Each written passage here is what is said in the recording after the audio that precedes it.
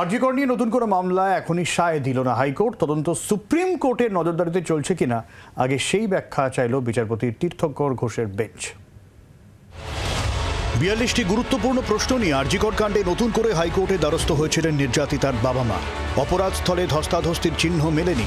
CFSL এর এই রিপোর্টও হাতিয়ার করে আদালতের সামনে প্রশ্ন রাখেন তারা। নতুন করে তদন্তের আবেদন রাখা হয় বিচারপতি তীর্থঙ্কর ঘোষের বেঞ্চে। স্পষ্টতই সিবিআই তদন্তের ওপর ভরসা হারাচ্ছেন নির্যাতিতার পরিবার। এদিন মামলার শুনানির পর বিচারপতি বলেন, মামলা ডিভিশন বেঞ্চ এবং সুপ্রিম কোর্টে বিচারাধীন। এই মুহূর্তেই মামলা গ্রহণ করা সম্ভব নয়। আপনারা প্রধান বিচারপতির কাছে যান, তিনি যদি মামলা শুনতে বলেন শুনব।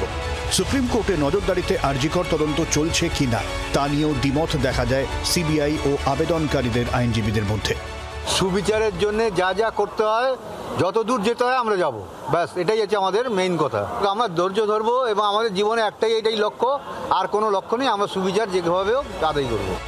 আদালতের নজরদারিতে তদন্ত চলছে কিনা তা নিয়ে ব্যাখ্যা আনার জন্য আবেদনকারীকে নির্দেশ দিয়েছেন বিচারপতি। ফার্দার ইনভেস্টিগেশন যে মামলাটা নিয়ে আমরা রিট পিটিশন ফাইল করেছিলাম, সেটা প্রথম দিন শুনানি হয়েছে, আজকে দ্বিতীয় শুনানি ছিল।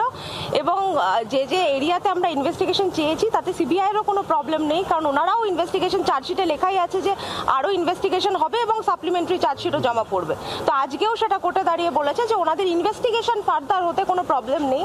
শুধু একটা ক্ল্যারিফিকেশন আমাদের অ্যাপ্রোপ্রিয়েট ফোরাম থেকে আনতে হবে, যেহেতু মামলাটা পেন্ডিং ছিল এবং লার্জার বেঞ্চ ছিল, তারা সেশন ছিল ওভার দি ম্যাটার, তাই জন্য সেই ক্ল্যারিফিকেশন নিয়ে আমাদের এখানে আবার মামলাটা শুনানি আছে 15 তারিখে। 15 জানুয়ারি পরবর্তী শুনানির সম্ভাবনা। পরিবারের দায়ের করা মামলা এখনই হস্তক্ষেপ করতে চাইল না কলকাতা হাইকোর্ট। হাইকোর্টের বক্তব্য ডিভিশন বেঞ্চ থেকে ক্ল্যারিফিকেশন আনতে হবে, তারপরেই হাইকোর্টে হস্তক্ষেপ করতে পারবে। আজকে কলকাতা হাইকোর্টে এই মামলাটি ওঠে, সেখানে আরজি করের বাবা মা তারা মামলা ফাইল করেছে। তাদের বক্তব্য ছিল যে সিবিআই অনেক জায়গায় ইনভেস্টিগেশন করেনি, অনেক পয়েন্টে বাদ রয়েছে।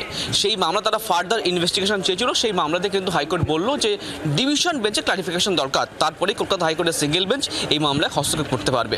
প্রশান্ত দর্শক অর্ণবংশু, জি 24 ঘন্টা, কলকাতা।